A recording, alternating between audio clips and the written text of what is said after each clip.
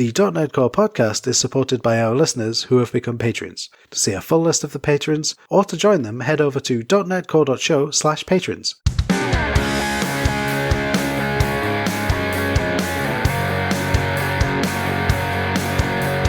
Hello everyone and welcome to the .NET Core podcast, an award-winning podcast where we reach into the core of the .NET technology stack and with the help of the .NET community present you with the information that you need in order to grok the many moving parts of one of the biggest cross-platform multi-application frameworks on the planet. I am your host, Jamie GaProgMan Taylor. In this episode I talked with Patrick Smacchia about the NDepend project, why he and his team started working on it, and just how important it is to keep a handle on the dependencies that your application has. Along the way, we talked about code metrics, cyclomatic dependency, and the ways to progress as a junior developer. So let's sit back, open up a terminal, type in .NET New Podcast, and let the show begin.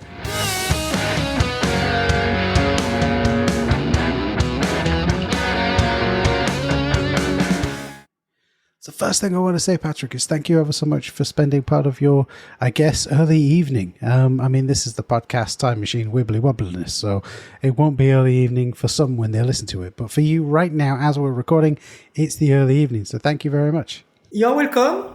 Thanks for inviting me. Excellent. Well, you're very welcome. Very welcome. I always really appreciate it when people take some time out to discuss things on the show, whether it's a product that them and their team are working on, or whether it's an individual person coming on and sharing some advice. In all instances, I think it's great just to sort of share that knowledge, right? So, I want to thank you in advance for the knowledge and experience you're about to share. So thank you for that. You're welcome. Brilliant. Okay. So first things first, I guess. Would you mind telling the listeners a little bit about yourself, a little bit of your background, maybe the kind of stuff that you and your team are working on at the moment? Sure. Just so they get a flavor for who. Yeah, sure. So the listeners know where we're going. So my name is Patrick Smacchia. I am French, as you can hear, 47 years old. I'm in programming for literally, I started like when I was 10. On 8-bit computers, so it's like 35 plus years ago. I graduated in IT and programming and mathematics, which I liked a lot. And as many, I started as a consultant, a junior consultant in a very large corps. It was very interesting because I learned a lot. This is a great way to start in a large corporation to learn from, because these guys, they always have an expert of programming people. You can talk with them if you're interested. And generally, they are very nice to junior.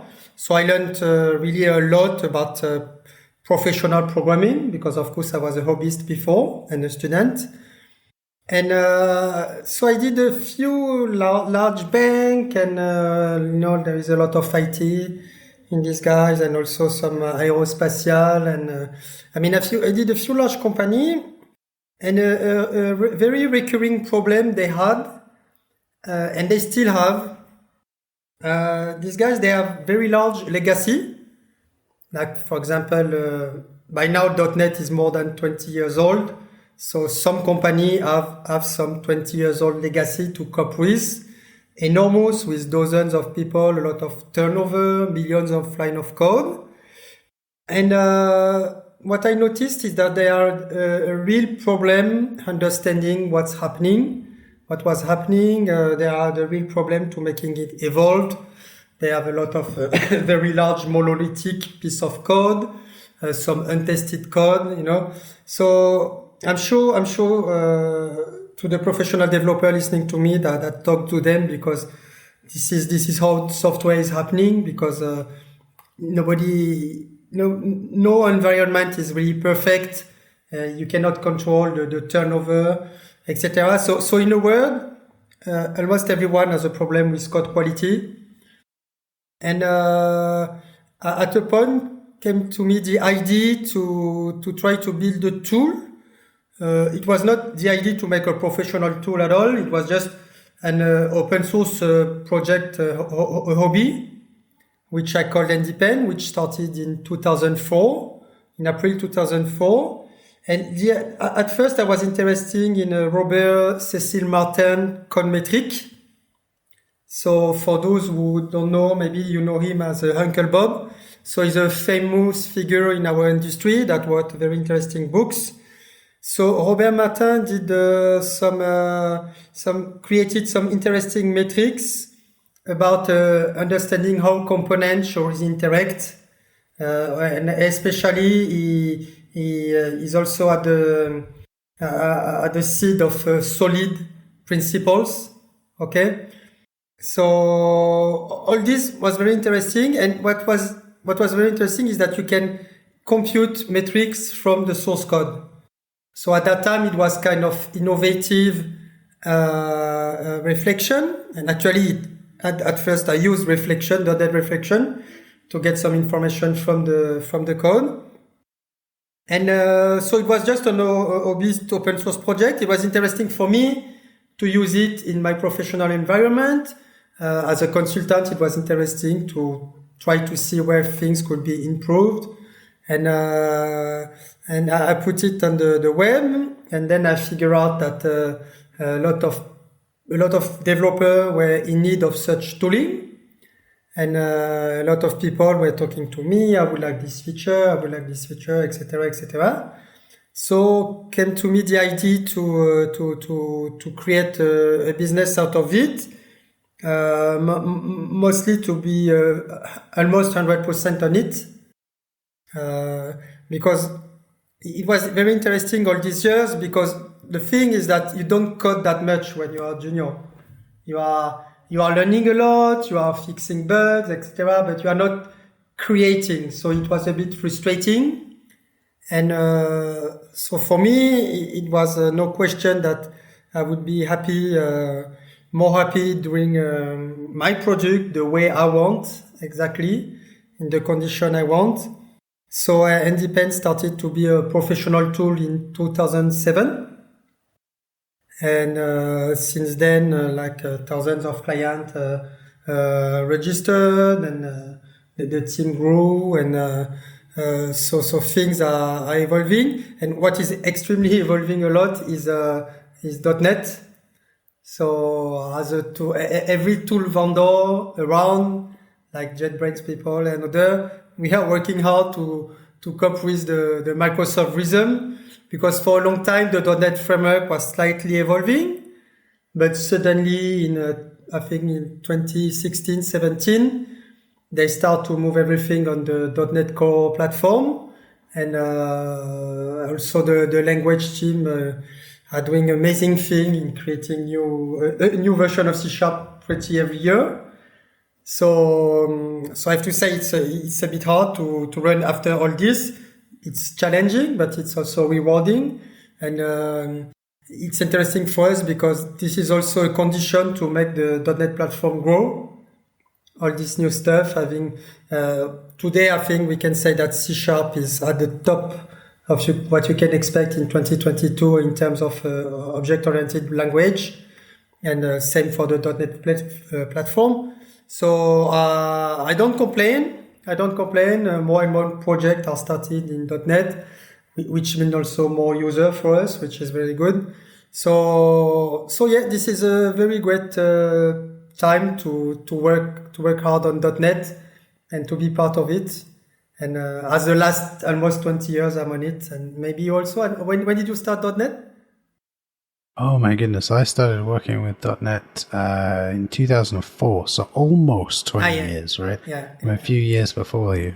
Actually, something I didn't mention also that was very interesting is that I had also a passion for training, and I had the chance to write the best sold book in C#.NET, and actually it was released in 2003, so at the early beginning, and this was extremely an extreme way to really learn .NET. It's a 1,000 page book with more than 600 Compilab sample. So I learned so much on the platform. So this allowed me, when I started the tool, to have a 360 view on the platform, on the language, and it was extremely helpful. So, but unfortunately, at a point, it was very interesting to write, but at a point I had to choose between my own tool and my own book. So I chose the tool, but maybe today the book will be like 3,000 pages, but I know there are some excellent C# book out there. So yeah, you see, all of the things you've mentioned there, there's a lot going on, right? But what I really like is that NDepend, or where it started as like a open source hobby project, right? And I'm not trying to reduce that at all. What I'm saying is it's great that it started there, right? Because when people come to me, when juniors come to me, or people come to me and say, hey, I want to get better at development, I want to be how do I level up, right? How do I get better at doing this? And I say to them, well, find a problem or a thing that you want to solve in your own time and see if you can digitize it. And I feel like Patrick, you'd identified that corner case, and you've gone, you know what, I could do this. And you then said you used it as part of your consultancy, so then you could turn to your clients and say, hey, look, this is some verifiable truth, some code that I can run against your code and tell you where the problems are, tell you what the issue is, tell you to focus your efforts in this area. And I feel like there's a lot to be said about that, I think. Yeah, sure, a lot. So yeah, indeed, it's a kind of organic way to do things, especially when you're junior.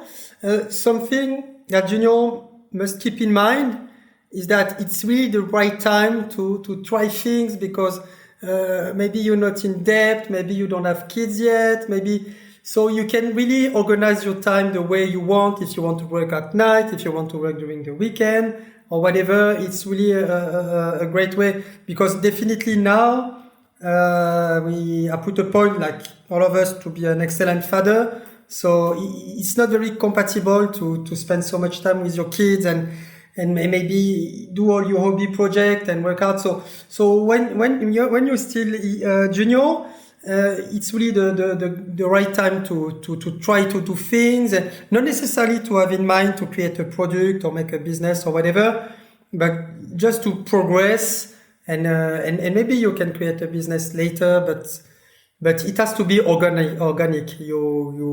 You must go first all the steps the industry went through during the last 20 years, or maybe even 30 years.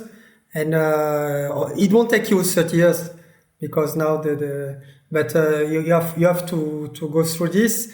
So yeah, so concerning NDepend, we were talking, it's a static analyzer. So it's a .NET static analyzer, and I have to say that something very big happened in the middle. I mean, big in the static analysis in .NET. It's the Roslyn compiler that reached GA in a Visual Studio 2015. Okay. So basically, I assumed everybody knows what is Roslyn. So basically, it's an open source compiler for C#, proposed by Microsoft. And they were smart enough to introduce in it the analysis part. So basically, all the warning you get when you are compiling, they give you the possibility to generate your own warning. So by writing your own rule, which is of course excellent. So many, so Microsoft proposes hundreds of rules, and there are other tools with their own rules. And there is also the ReSharper engine, which is really good. And then there is the NDepend engine, which is different, which is not based on Roslyn. And hopefully for NDepend, there is room for it, because it does things differently. So basically, NDepend is scanning your code. So everything you give it to him, it can be source code, DLL, PDB, code coverage, data, everything. So he tries to analyze everything and create a snapshot view of your code base. And then the idea is that a rule is a query against this snapshot. Okay, so you can create query. There are like 200 query by default.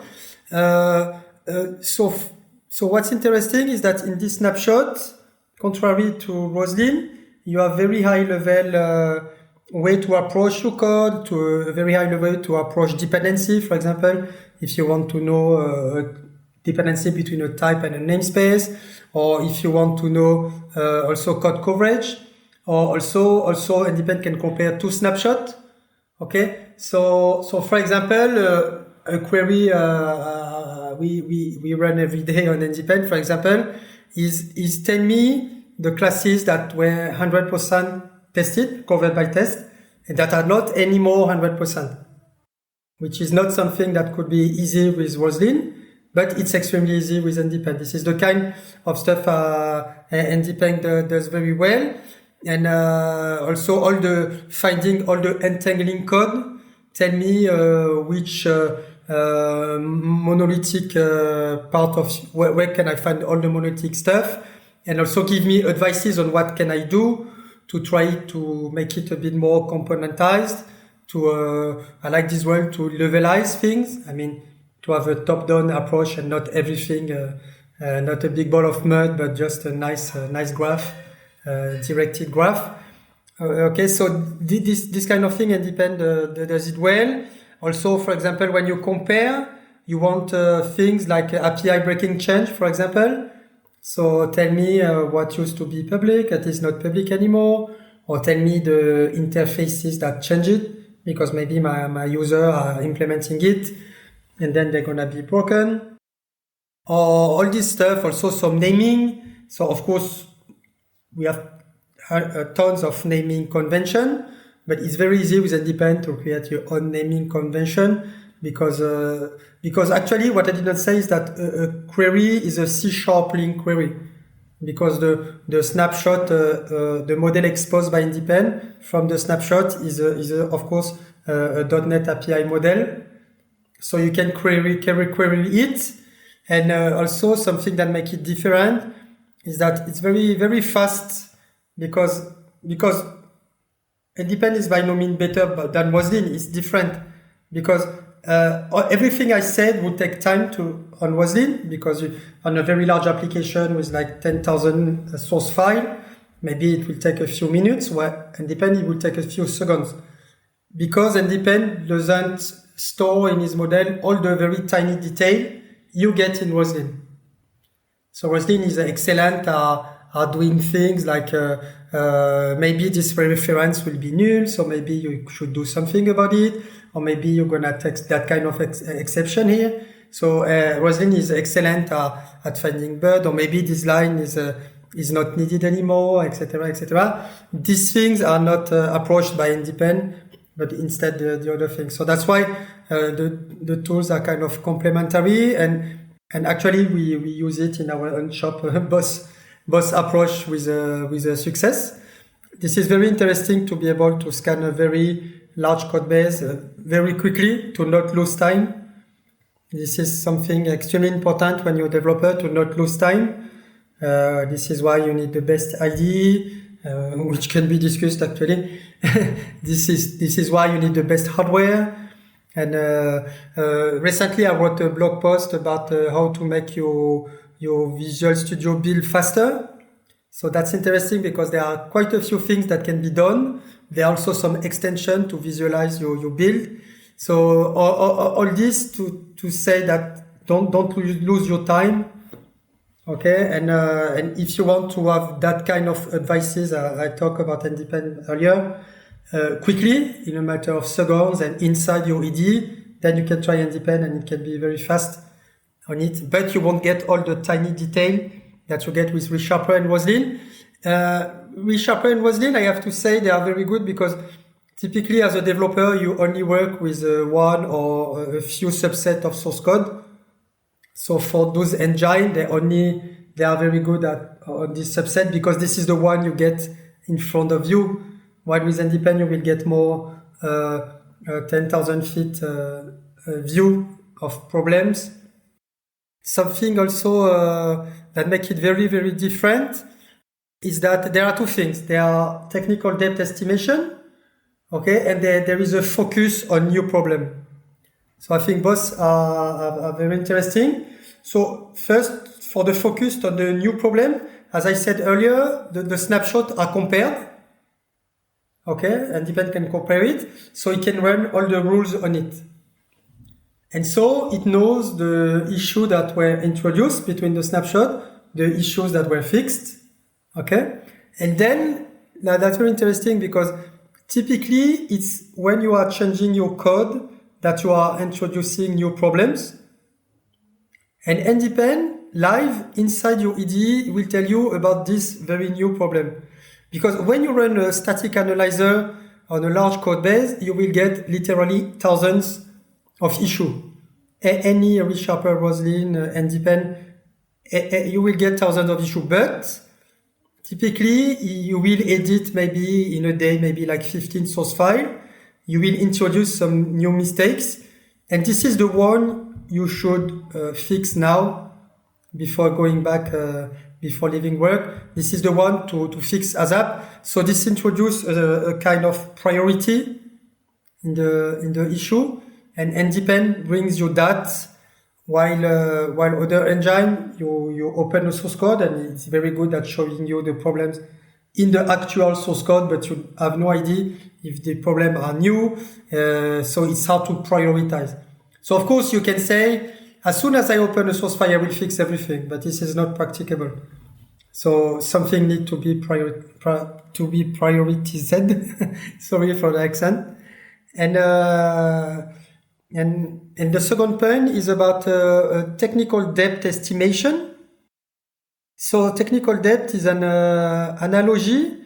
I think it's followed that coined it. It's analogy with the financial debt. So typically, we work hard. We want to quickly get the job done. But at the end of the day, you will get all this little problem. Could be monolithic, it could be untested code, all this stuff.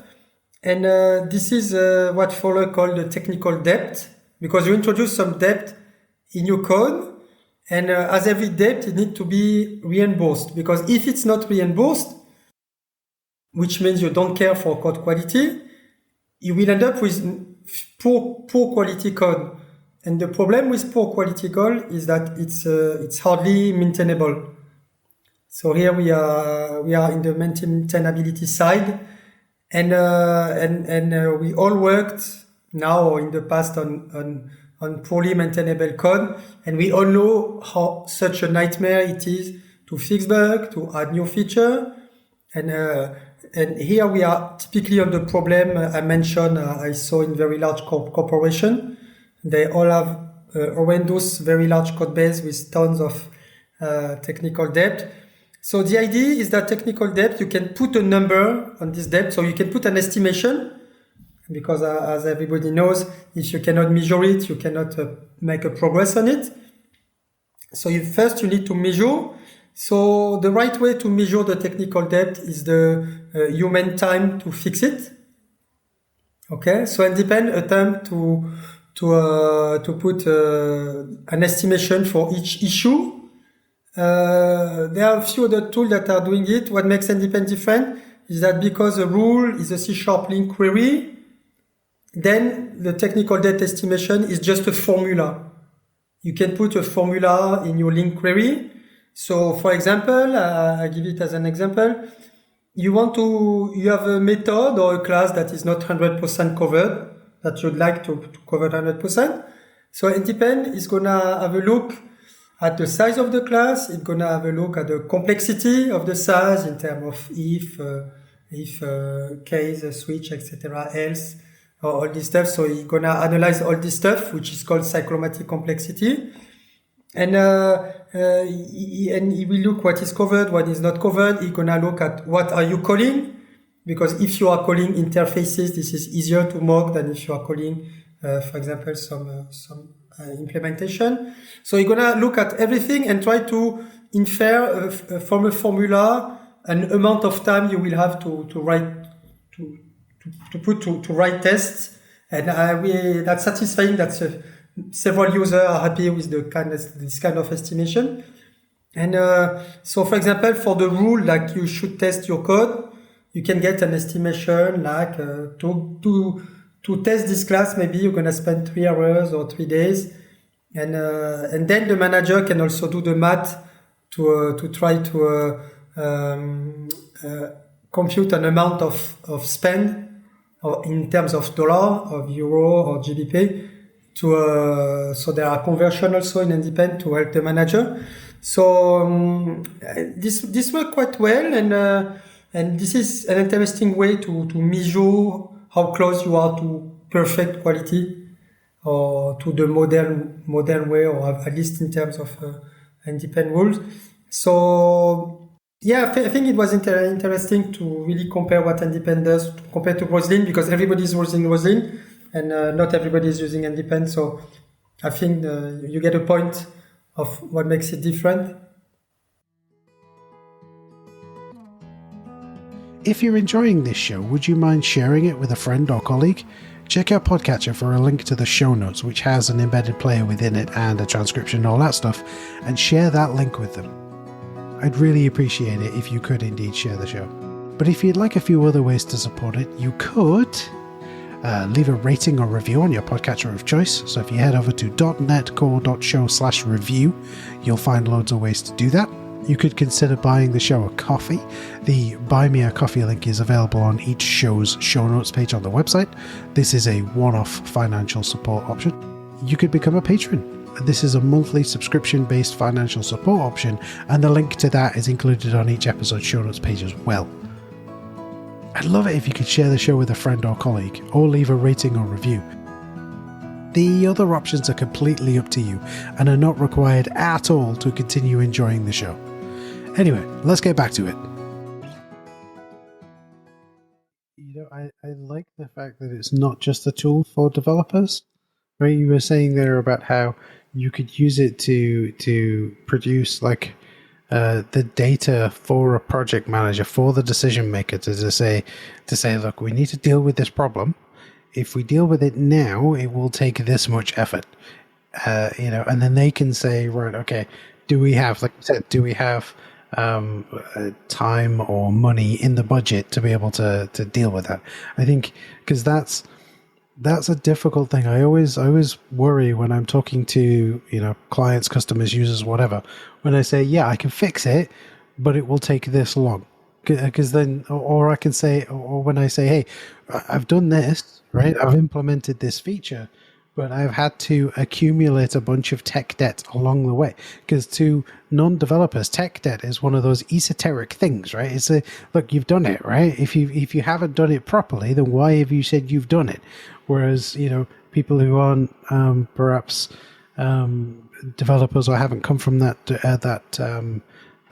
area, that direction, they maybe don't know that, sometimes you have to do things, cut corners, I guess. Maybe cut corners is the wrong phrase, but you have to do things in a way in which, you need to remember, look, we've got to come back, we've got to fix this. Or like you say, maybe there's some code that is just, it's fragile, right? It's fragile. Subject to, if you hit it too many times, it will fall over, right?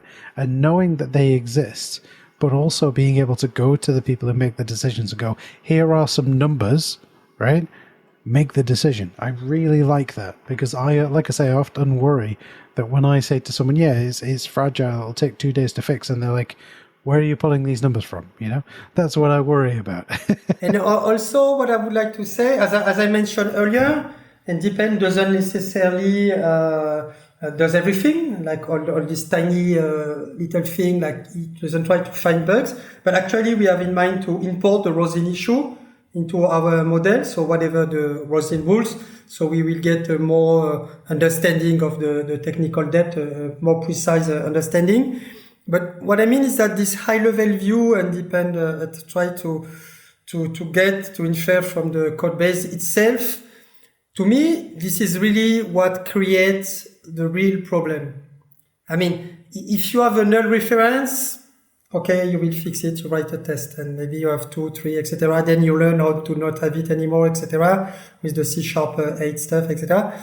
But if you have a very large code base where dependency have never been tamed, when nobody really took the time at a point to think about how things should depend on each other, and typically this is a very interesting time because everyone or almost everyone are migrating the very big legacy from .NET Framework to .NET Core, I mean .NET 6, .NET 7, etc.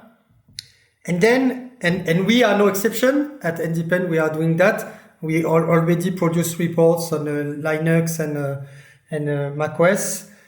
So we already there, but now we have all the ID integration and also all the graphical stuff I didn't mention yet.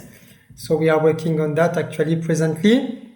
And we can see how the new constraints are impacting the dependency approach. So for example, during like 12 years, okay, we have WinForm, we have the WPF, everything can depend on it. We got it for granted.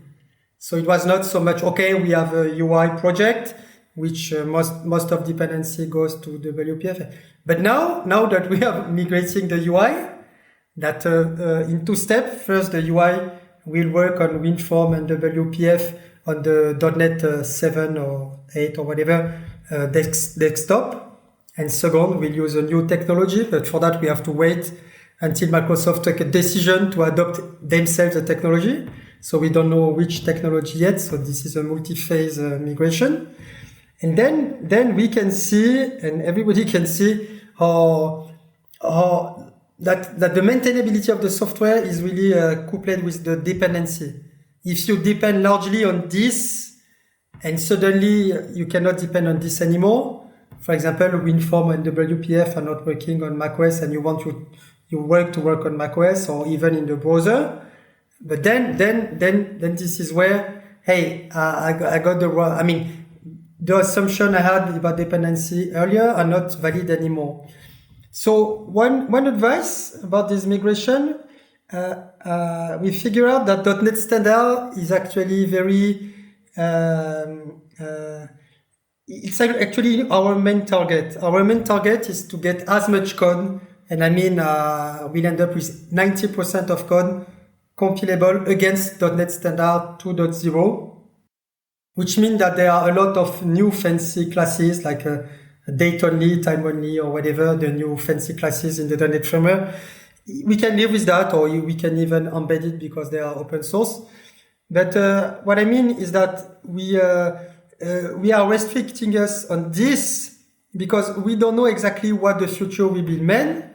We don't know maybe if NDepend will run in a browser in like 5 years from now or whatever. So now we choose that to have most of our code. And when I say most of our code, it's also the third-party code we depend on. For example, we are using mono-syside to analyze the bytecode, the IL code, and hopefully mono-syside is compilable about .NET Standard. So typically, we want all our code to be compilable with .NET Standard, which is another way to see the clean code phenomenon, which is another term coined still by Uncle Bob, the guy I mentioned at the beginning. So the idea is really look at your dependency. So what Uncle Bob say, it's about the domain. Really, your domain should depend on no infrastructure. So you don't want database in your model. You don't want UI. You don't want network access or whatever. You don't want all of this. You don't want any infrastructure. So I see the idea of depending on .NET Standard 2.0 is exactly the same. No infrastructure, or almost no. Actually, you have all the file system, etc. in .NET Standard, but then also the network. But it's a way to really restrict your dependency in a way to be really maintainable in the future. And even though Microsoft has a very solid direction, .NET 7 upcoming, .NET 8, .NET 9, etc. I guess it's here for good. It's here to stay. But at a point in our business, in your business, it will be interesting to have your product to run on, I don't know, Raspberry Pi, browser, I don't know, something. So here it's very important for us to control our dependency. And this is what we're actually doing now, and we are preparing the future for that. I like it. So sorry, which I didn't say is that .NET Standard, of course, you can also run on .NET Framework, you can run on .NET Core, you can run on .NET 6, etc. Maybe it was implicit in what I was saying, but So we can whatever the client wants. So for example, he has a raw window machine with no installation, and NDepend will work as is. Zero things to install on it. And but maybe on a Mac machine he wants something else. So. I like it. The promise, the original promise of .NET Standard is finally coming to fruition, right? Now that we've got this this standard layout for libraries and things, the standard set of APIs that are supported everywhere on all of the runtimes. I absolutely love it because it allows you to do things like that. Like you said, you can if you build against the .NET Standard, then it's guaranteed to run anywhere. Anywhere, 90% of our code, which means that whatever will happen, we will adapt. We will adapt to it, and also something very important is to control the third-party component you are using, as I say. So typically, you want them to be .NET Standard, you want them to be open source, and you want them to be not too big. Or at least if they are big, it means that you are using almost of each surface. Because for example, we use the UI, very big UI component, but we were using like 5% of it. It didn't make any sense at a point we took a few months and discarded and did it ourselves, and find also some GitHub component which suits well our need. But yeah, the dependency is it's actually the NDepend is named is Depend. So to me, dependency, software is dependency. I mean, if you want to do good software, you need to really care about your dependency. And this is why I created NDepend at the beginning. Yeah, the example that I give to people when they talk about, bringing in this small dependency because I want it to do this one thing, right? 5-6 years ago, if you wanted to deserialize JSON, everyone would just pull in Newtonsoft JSON and use that one API method, deserialize of type T, right? But what they didn't realize, because it wasn't really highlighted to people until Blazor became a thing, that Newtonsoft JSON is almost 12 megabytes of NuGet packages, right? This is exactly what I mentioned, yeah. So you're pulling in 12 megabytes of C# code just right in body quotes, just one method, right? And you're absolutely right. You need to know what's in those dependencies, and regardless of whether you're open source or closed source or whatever, right? And I like that. I like that bit of advice, and I like the idea that you've said there that there's a bytecode analyzer as well. So, like, let's say all I have is the binary, right? Can I throw that at NDepend and it can? Okay, right. Yeah, because NDepend has an approach. It takes what you give it to him or to it, and then he does what he can. And for example, if the source are not in synchronization with the DLL, he will emit some warning, so that can be also useful. And also something very recurring, like you are referencing a version, but actually the version you get is different. I mean, so the reference version and the assembly or the version assembly are different. Typical situation nowadays with all the NuGet package that are all using each other. So NDepend can help with this kind of thing, and you should be really careful about it. Also, some a wide range of feature I didn't mention yet is all the graphical aspect. It's all the code visualization things, because we talked about the dependency, but it's interesting to visualize dependency. So there is really 3 ways to approach the dependency with NDepend. First, there is a dependency graph, and I'm very proud of it. I mean, we worked very hard, and I think it's the top notch you can get in the industry by now in terms of dependency visualization. It can work, for example, on like the 15,000 classes of the .NET Core.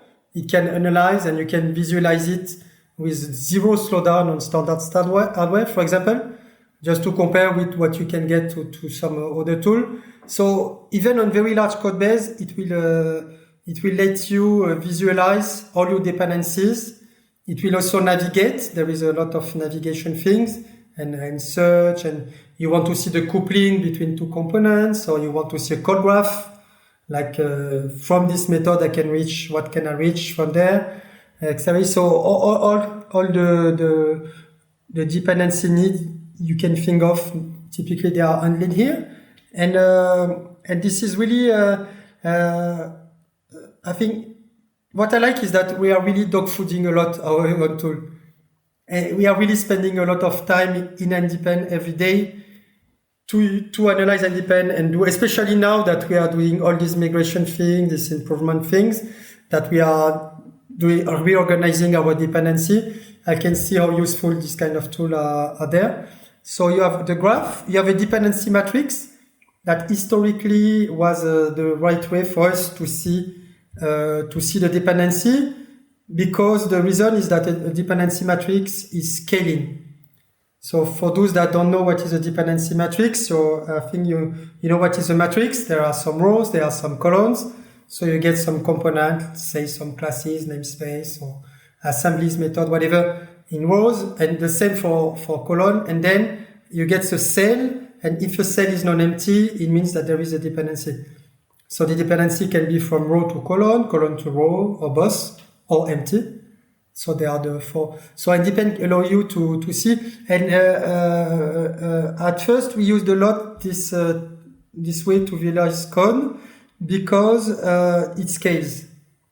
Because the problem with a graph is that if you have, say, a thousands box, typically on most graph it will be totally unreadable. What we did with NDepend, because the graph has been relifted 2 years ago during the COVID crisis, actually. So it was a very productive lockdown. What happened is that we found a way to scale with the graph. There are several ideas, like you can get graph inside the box of larger graph, so you can get nested graph. We have also a coloring scheme, so we use several visual approach, and typically you can visualize any large piece of code, and you can go from top down, you can zoom in. So that I think that was the innovation we brought 2 years ago, that cannot be found in any other product, to really scale with the graph. But now it means that you have a very polished dependency matrix and a very polished graph. And the third approach to cope with dependency are code query. I mentioned earlier, like we can do some rules, but what's interesting is that you can do anything with code query. So, for example, you can plot a metric. For example, you can plot the percentage coverage of a component. You can just write a little code query that return a scalar, and then you can plot this scalar across time, and then you get some trend, which is another feature in NDepend now. But you can also query the dependency. You can ask for a class, tell me which class depends on me, and also the class that depend on those ones, and also the class, etc. So you can construct a call graph. Okay, and this is interesting because the graph and the matrix are generating the code query. So most of the time you won't have to write the code query, because they are generated for you. So you have the code query results, which is very optimized. Again, it can scale some millions of line of code, etc. Because NDepend has this different approach, and you can work with the results and the graph at the same time, which is very useful when you are doing large scale refactoring, or let's say, for example, of a large monolithic code base. So it's very useful to have all these tools working together and visualize things, and also when you progress with the tool, you can write your own code query, and for example, which classes in this component is using WPF, because I don't want any WPF anymore, and then tell me which methods or classes of WPF are used, and how the amount of usage, the amount of coupling, etc. You can write your own query to do that, and then you can really define I have a query, I have a results, and my task will be done when the result will be 0. And then this is how you can. So yeah, this is quite a powerful approach, powerful and also different approach to understand code and have better quality code. But it's again, it's no better or less interesting than typical tool you get involved in. It's just a complement approach, I think. I like it. Yeah, because like, when people say to me, "Hey, somebody will say to me, "Hey, this tool exists, this software exists. Why make another one?" And I'll say to them, "Well, we wouldn't have Windows and Mac OS and Linuxes if somebody just went, you know what, Xerox Spark exists. We just won't bother making another one, right? Because the problem that the problem that Rosalind solves is subtly different enough that the problem that NDepend solves, there's a world of difference, right? It starts with this subtle difference of, well, Rosalind's going to focus on the tiniest of details, and you spelt that wrong, or you've put a curly brace on the wrong line. And then NDepend goes, in the other direction, is like, right, we want to know about the dependencies, we want to know about code quality, we want to know about cyclomatic dependencies, all that kind of stuff, right? Code coverage also. Exactly, yeah, because right? They are... Yes, sorry. Sorry. They are very good tool in Visual Studio. They're also .cover. They used to be ncover. They are ncrush also, which is awesome. They are very good tool to produce some code coverage data. But then you get the data and you get few tools to do something with the data. And this is typically where NDepend come into play. It will read all your data, coverage data, whatever tool you are doing. And then you can start doing interesting things. There are like 10 rule per default on the coverage data. There is something also that is very interesting to me, is that you can put some attributes. And for example, we have the full covered attribute, which means that by design, this class should be 100% covered. And then you can write a rule that says, tell me which one are target with full covered, but not 100% covered, for example. And this is very interesting because actually, so I didn't talk about test much, which is another very important aspect when you want to do the right things. And at the very origin, the technical debt metaphor was all code not covered by test, not tested. Because covered is not enough, it must be tested as well. Okay, it's not about enough to be just so at the very beginning, but then you can also put things like API breaking change and all this kind of problem I mentioned earlier to put in your debt to extend it. But what's interesting is that when I analyze the code base, the .NET code base poorly covered, I can see that 70% of the debt is from the few rules about poor code coverage. And when I look at my technical debt estimation, I can see NDepend is smart enough to really see there you have your biggest problem is that your code is not covered. Something I would like to mention. So I said about coverage and also about testing. So this is different thing. Coverage, it means that the line is exercised and the line is tested when you make sure that the results obtained from the line is the results you want. Okay, that's two different things. There is something I never saw anywhere in the industry, but in our shop, it's natural. So I would like to say it is that typically you get the assertion only in your test code. Okay, assert this thing is not null and etc. But few developers are using assertion in the code itself. And I think it's very, it's a drag because in the code itself, this is really where you get the results. Okay, so of course the results it's not like in the test where you get some input and you expect some output. but so many can be done with assertion in the code itself. So we wrote our own small framework where we get both our assertion in code and in test. And it means that we have so many more assertion exercised when we are running all our tests, for 14,000 tests. We have so many more assertion, millions, literally. We are using a unit. It's, I think, 13 million or something like that assertion exercised. And sometimes we can see the assertion in code are violated, and sometimes it's in test. But it's not just in test. It's really another way to make sure you code. To find the bug early, okay, to avoid regression. And so here this is not related to NDepend because NDepend is not an assertion framework or whatever. But this is something I don't see enough in the industry.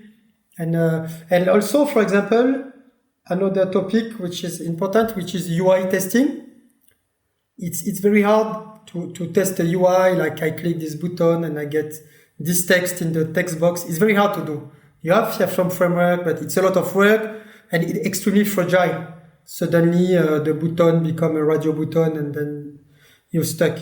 But if you can pilot your UI and then exercise all the assertion inside your UI code, then you have a way to both cover your UI code and also exercise enough, maybe not everything as you would get in a click this button, etc. But still, we have a few tests like that. They are very long. They are like 30 seconds tests because, for example, for the graph, we test. I have a small YouTube video I can communicate you so you can share with the listener. So you can see all the graph working alone. We don't say anything. And then we verify so much thing in the UI without maybe not make sure that this pixel is gray and this one is white or this text box. This is a different approach, but this works because when we introduce bug in our UI, which happens often because this is how the software works, it's hard, but then it's automatically detected this way, and it means not much extra work for us to test our UI and to be confident that we didn't introduce breaking change in it. So this is just things I wanted to discuss because we are doing these things a bit differently and this works and this saves us a lot of time and a lot of problem also with users. So yeah. Yeah, I really like what we've said so far today because I feel like I said, when you go to someone and say this part of the code needs work, or like if somebody said to me, go fix some technical debt, well, I'm not just gonna like roll around in the code base looking for it. I need the data that says to me, this bit here, go look at this bit, because this bit is where if it's gonna fail, it's gonna fail here. And I like that. I like that NDepend and similar tools can get me that. So I guess as we start to wrap up here, Patrick, because we've been talking for going on an hour, and I'm aware you said before we started recording you had a bit of a cough going on. Let's not carry on too far. I don't want you to wake up tomorrow and not be able to talk because of me. So, okay, but that's true that as a developer. Most of our day, we are not talking that much when you are inside your IDE. So it's always interesting to have a good talk with a fellow.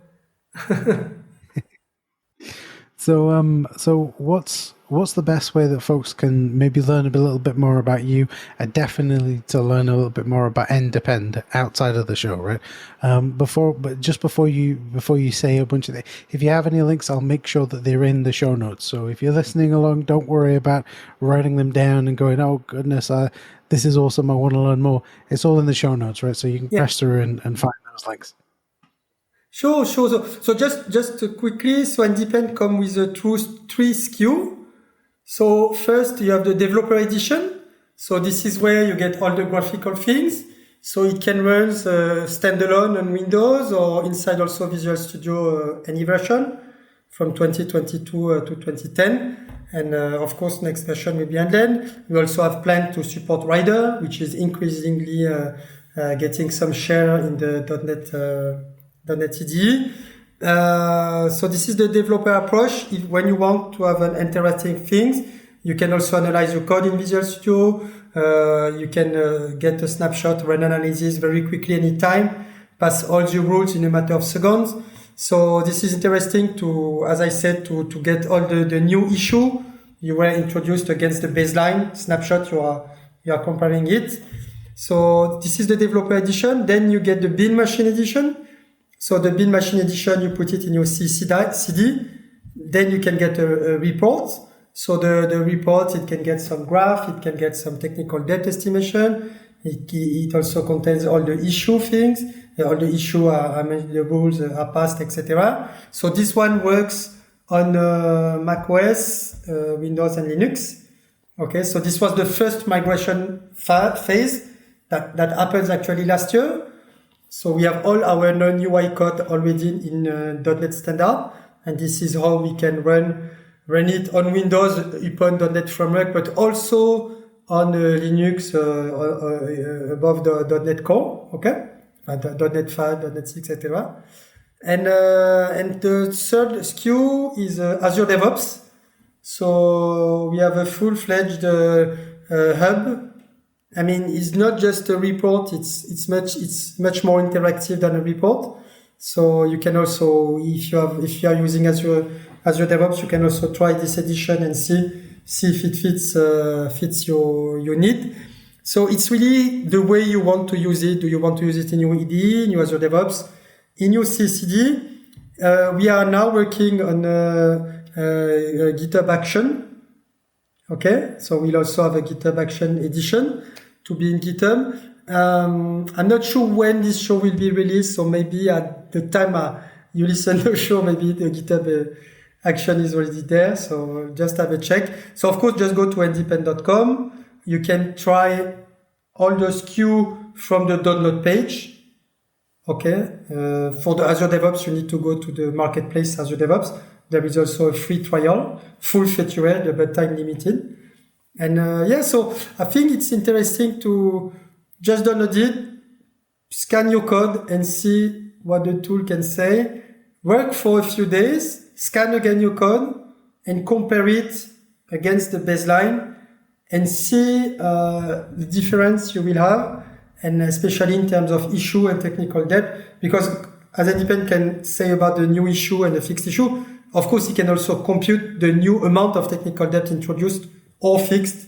So you can measure if you go in the right direction or the wrong direction, and you can plot trend, etc. As I said earlier. So yeah, just try it. Promise, it's very easy to install. It's just Xcopy. I like Xcopy. I don't see why, since our user are developer, I don't see why they would need to do something else than just a zip and let's go. So it's very easy. Download it. As I said, the dependency are something very important for us. So the redistributable is very lightweight. It's like 13 megabytes. I know some on iPhone, some flashlight application weighs more than that. So you get all these features. So also, this is really related to the minimalist approach I talked earlier, like also do more with less in software. It's really important to control your dependency. It's really important to control your amount of code. Okay. When I see some redistributable, like 1 gigabyte, I can understand that maybe for Visual Studio, but for some other projects, I have hard time to, why the hell my 1 gigabyte of my computer should be dedicated to this application that don't do that much. I like, for example, the 4K demo. Some guys are doing an extremely nice demo on only 4 kilobytes. So I like this approach of being minimalist. And this is also related to all the performance things, and because typically if you are caring with your code to be small, there are high chance that you are caring for your runtime. The amount of memory your application is consuming. Certainly, it will be small as well because somehow it's related. And so I like to care about the size in software because unfortunately we don't get extra CPU cycle. We get extra core nowadays. Like I have 16 cores, but I don't have more than like 4 or 5 gigahertz. We won't get more than 5 gigahertz. So I like the idea to be minimalist and do the best to code like if you were in the 90s and don't do that much if it's not absolutely necessary. This is close to what we were talking before. So of course, yeah. I like that. I tried to take that. I tried to take that approach myself. I'm sure long-term listeners have heard this way too much when I say this. I take the Charles Emerson Winchester III approach. There was I'm not old enough to have seen it when it first came out, but there was a sitcom in the 70s called MASH, and there's a character in there who says, "Gentlemen, I do one thing at a time. I do it very well, and then I move on." And the only way that you can do that is by doing things like in the smallest possible fewest number of steps, right? And that's all a program is you're telling the computer to take these steps to solve this problem. And by having the smallest amount of possible steps you can go through, you know, your dependencies there, your tracking there just drops through the floor. The difficulty in supporting that code, just the difficulty drops so much just by doing exactly what it is you want to do. So I agree with you completely about let's control our dependencies. Let's make the simplest code possible, because at the end of the day, it's you know, whatever code I write, I have to support. And me tomorrow is a different person to me today, right? So technically, it's another completely different person who has to support the code. So let's do that. and this is also this joins the idea of the definition of done, which is nowadays. So for us, when the code is tough with assertion, it's 100% covered. It passes all the performance testing. We're done. It's okay. It's and it's important to have your own definition of done. And when all these steps I mentioned are respected, it will be very hard to break the code. I mean, necessarily you will break the compiler or you will break the tests. But it's hard to, if you follow everything I said earlier, it's hard to, the code will be very maintainable. And now I can measure how precious because of course we are applying all our advice, we are applying it with ourselves. And before .NET Core, we couldn't imagine that .NET will undergo a total revolution, right? We were at home, we were on Windows, WPF, it works, nice. We couldn't imagine that at a point we'll be on I don't know, Maui on a Mac or whatever. And so we didn't realize that. So it was interesting to do a very maintainable application, but suddenly we really need to benefit from all the effort we make earlier, because suddenly there are tremendous refactoring we need to achieve, and really we measure every day all the effort we make in having a very layered architecture testing, total 87% tested, covered by test, and nowadays it's really a breeze to refactor in terms of like I don't know, in terms of line of code. I mean, in terms of seconds breakpoint. I mean, the things you put in breakpoint, it's like 1,500 a day. We can refactor with a lot of confidence. It goes very quick, and which means it's good for our future. But yeah, it just works. If you follow all these advices, it really works. It does. It does. So what I'll say, Patrick, is thank you ever so much for being on the show so far. I've really enjoyed our conversation, and there's lots for people to learn here. And so, Yeah, what I'll do is I'll collect a bunch of links from you Yeah, outside of our recording and make sure that they go into the show notes.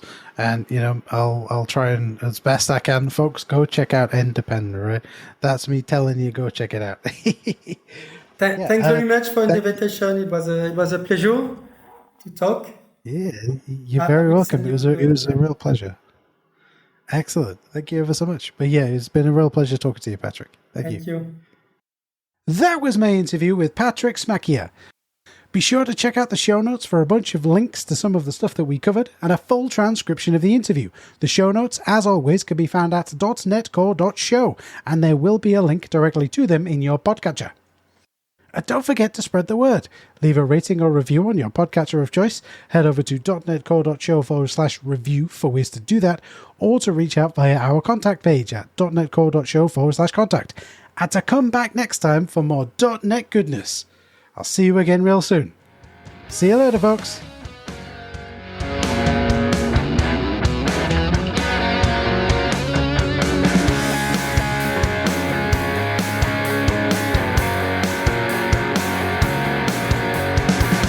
The .NET Core podcast is a production of RJJ Software.